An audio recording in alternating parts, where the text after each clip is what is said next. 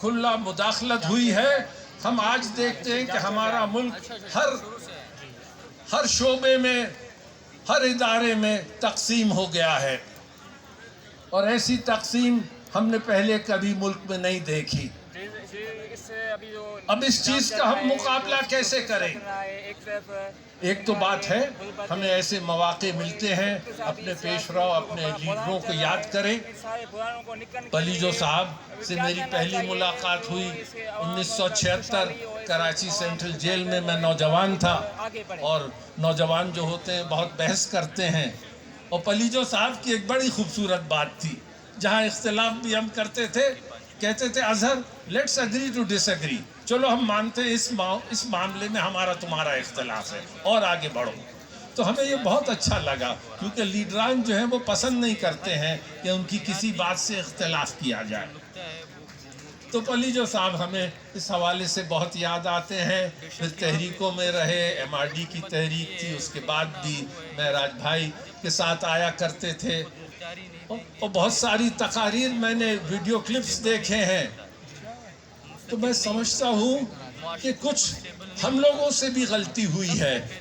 جہاں ہم دوسروں پہ تنقید کرتے ہیں تو ہم لوگوں سے بھی کچھ غلطیاں ضرور ہوئی ہوں گی، نیک نیتی کے ساتھ ہی صحیح، اور ہمیں اس کا ازالہ کرنا چاہیے. تو جہاں آج ملک کھڑا ہے، اس بات کی ضرورت ہے کہ اگر قوم کو متحد کرنا ہے تو ہمیں کسی پروگرام پہ اگری کرنا پڑے گا، ہمیں کسی کنسنسس پہ آنا پڑے گا. اور جو پاکستان پیپلز موومنٹ جو 2018 میں بنائی گئی، اس میں بھی خاصی 10-12 پارٹیز ہیں، زیادہ تر پنجاب میں ہیں، کچھ سندھ میں ہیں. لیکن ادھر ہمارے دوستوں نے ایک یونائٹڈ ڈیموکریٹک فرنٹ یا شاید اب لیفٹ ڈیموکریٹک فرنٹ بنایا ہے. یہ اچھی باتیں ہیں کہ ہم خیال لوگ ایک پلیٹ فارم پہ آ کر کے اپنا پروگرام دیں. اور اگر نیشنلسٹ بھائی ہمارے بھی کسی فرنٹ پہ اکٹھا ہو کے اپنا پروگرام دیتے ہیں تو یہ آگے کی طرف کی بات ہے.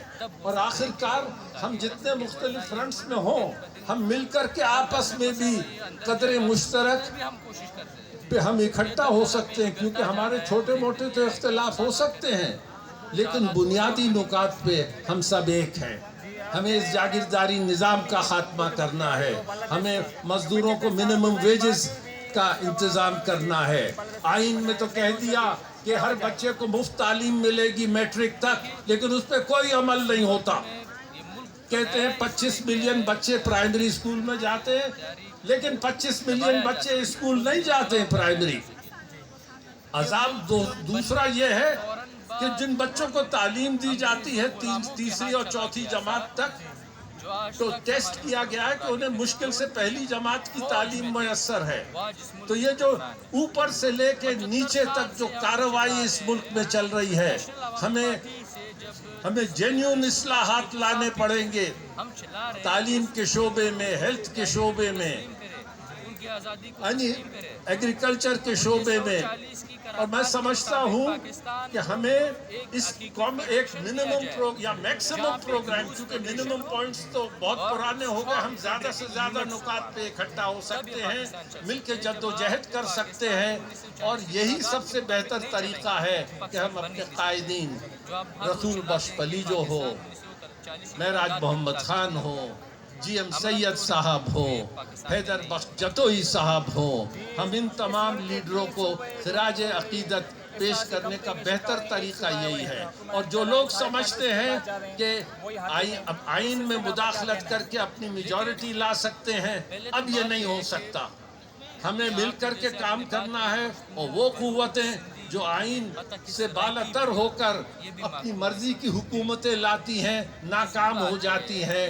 اب ہمیں ہمیں اس ملک کو اگر بچانا ہے تو ہمیں اپنے لوگوں کی زندگی بہتر کرنی ہے، اور 5 سال کے اندر ہم سب بچوں کو تعلیم دے سکتے ہیں، 10 سال کے اندر ہمارے ملک میں مکمل خواندگی ہو سکتی ہے، ہم تھوڑی بہت اکنامک ریفارمز لائیں تو 2 سال کے اندر ہم 3 سال کے اندر ہم 6% ریٹ آف گروتھ پہ آ سکتے ہیں، ہم 10 سال کے اندر 10% پہ آ سکتے ہیں۔